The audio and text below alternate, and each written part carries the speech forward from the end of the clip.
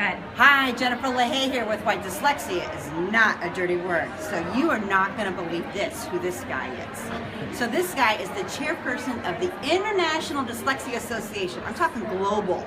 This is a global situation. So I'm going to let him introduce himself and talk about how he got involved with our fantastic group. Thank you. I am the first chairman of IDA who has come to this office as a parent and not as a professional. And here's how I got involved. I have a son, Alex, our only child, who is dyslexic. When he was in the first, second, third grade, he wasn't learning to read, and you know, that was a disappointment. Not a really big disappointment because we still got to read him all these books. And we read him all these great books, and one of the things that he loved to do was he loved to play the storytelling game with me. And the way it worked is he would come up with the characters and the situations, and then we would take turns telling the story. By his third grade, it became an obsession. We had one story lasted 20 hours long. You know, the only way we ended it was I killed off his favorite character, right? I was reading him these books, we were telling these stories, and I read him The Hobbit, and this blew him away.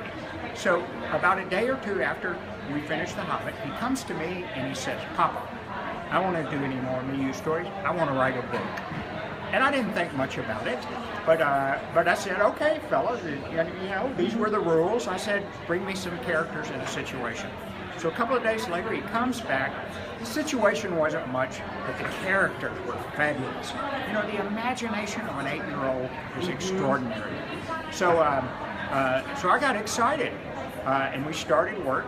2 years later, we had a 370-page young adult fantasy novel, and we were really excited about it. And we gave it to 10 friends of Alex to read and rate on a 5-point scale from totally awesome to completely yucky, right? And we got everyone rated it totally awesome. So then we thought we'd written the greatest book ever, right?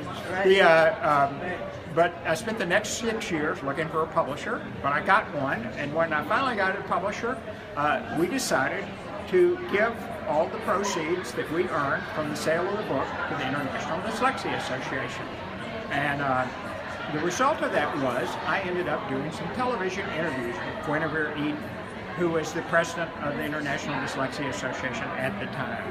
And in between the interviews, she asked me what I did for a living, and I described my business. And one of the things that I did as a business was I did membership fundraising for the Olympic Committee, for the Red Cross, for the Democratic National Committee, and she got really excited. She goes, "Hal, you have to be on our board." And this was 2012, and you know, 3 years later, Quick rise to the top. That's right. So I want all the parents to know he is a dad, and that's why he got involved about his son Alex. And by the way, the book is fantastic. Highly recommended by my students and my own son.